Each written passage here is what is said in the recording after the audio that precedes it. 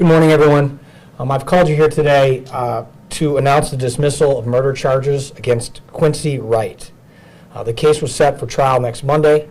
However, we had a final pretrial conference today, and the case was dismissed this morning.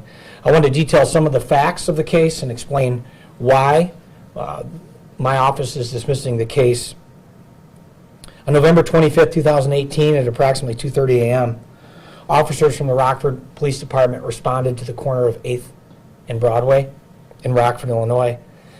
There they found 3 individuals that had been struck by gunfire. Unfortunately, 2 of them passed away, Sean Quez Edwards and Chiara Chichi Nelson. A third suffered significant but non-fatal injuries. The Rockford Police began their investigation and presented the case to the state's attorney's office. We presented that case to the grand jury on December 19, 2018, who returned an indictment with several counts of first-degree murder, attempt murder, aggravated discharge of a firearm, and unlawful possession of a firearm by a felon. The evidence. The primary evidence against Wright is the testimony of a single individual who was present that night. This individual identified Wright as the shooter and stated that Wright was on the sidewalk adjacent to 8th Street when he began firing his gun.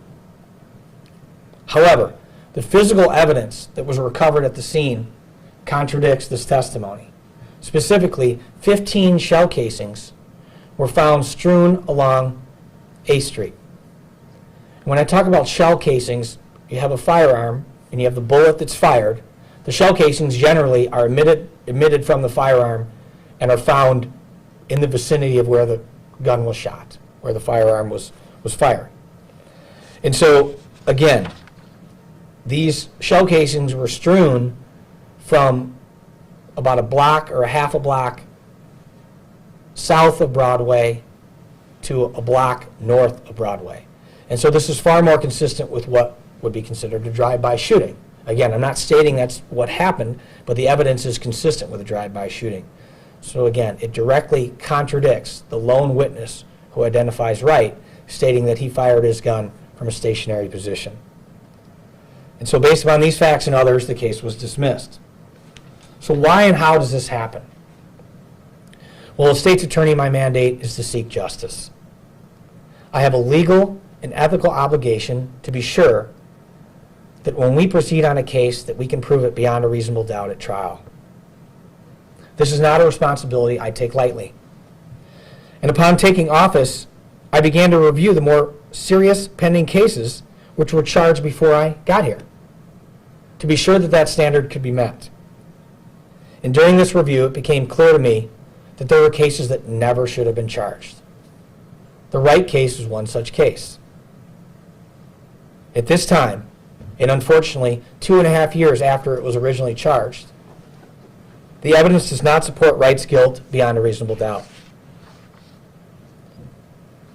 Everyone wants violent crime to stop, and they often blame my office and the police department, and I can understand that. But we need the public's help. There were more than 100 people at the scene of this crime, and yet only one person came forward and identified the shooter. We cannot arrest, charge, and prosecute those who perpetuate this crime without witnesses. It's that simple. And so we would encourage anyone with information to contact the Rockford Police Department or Rockford Area Crime Stoppers with information. And this investigation does continue. While the case was dismissed today, it's not over. The investigation will continue. Again, there were 100 people there that night. It's also of note that Wright has a separate case. It's an unlawful possession of a firearm case, 18 CF 3105, and we will continue to prosecute that case. The last thing I want to talk about is trust. It's a theme of everything we do in this office. And on the one hand, I would hope the public would see and would understand, and that this decision would actually build trust. That they would understand that when we go into court and I say, and I bring the weight of the state of Illinois against someone, that I do, and I take that extremely seriously, and I do that understanding the resources that are expounded. and what that means, and that I do that only when I believe I can prove that case beyond a reasonable doubt. But on the other hand, I have to acknowledge that that one witness who provided the testimony or the evidence to support this charge 2.5 years later is now saying, why did I cooperate in the first place? And that's what's so frustrating about today's decision. And then there's the victims, or the victims' families. And I can't fathom their sorrow. And believe me, I'm aware that the decision that I'm making today does nothing to heal the emotional wounds that they've suffered. And to the extent that they feel misled by this office, I sincerely apologize. And I will work to build their trust. And I will continue to work tirelessly to build the trust of the entire community, of witnesses, of victims, their families, and of the citizens of Winnebago County. Any questions? How long was he detained or in jail for? So he's been detained for the 2.5 years. So he had, his bond was set on the murder case, but then remember, he also has another pending case, that UUW case I talked about. So he has a separate bond on that case as well.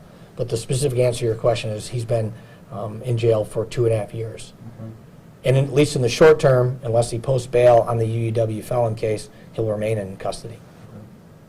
So obviously he faced no charges in this case. So yeah, so the indictment for the incident that occurred on November 25th, 2018, those charges have been dismissed. The UUW felon is a separate case. Got it. Okay. Forgive me if you went over this before I walked in. Is there any other lead that you have in the investigation that you can talk about now, or is that something that's off the table? The investigation continues. You kind of touched on it, but anything that you would like to say to the families? Obviously, kind of start back over again. You had somebody, and obviously the evidence isn't there. So, I personally talked to Shanquetta Edgeworth's father, and it was a tough conversation, and I expressed some of the things I expressed today. To be frank, he's lost some trust in the office, and I know that he can be representative of this community in the sense that I've got to build that trust back up. And we provided him the details of why we're dismissing this case. We certainly apologized and felt regret for the situation that we're in the sense that here we are 2.5 years later and kind of reopening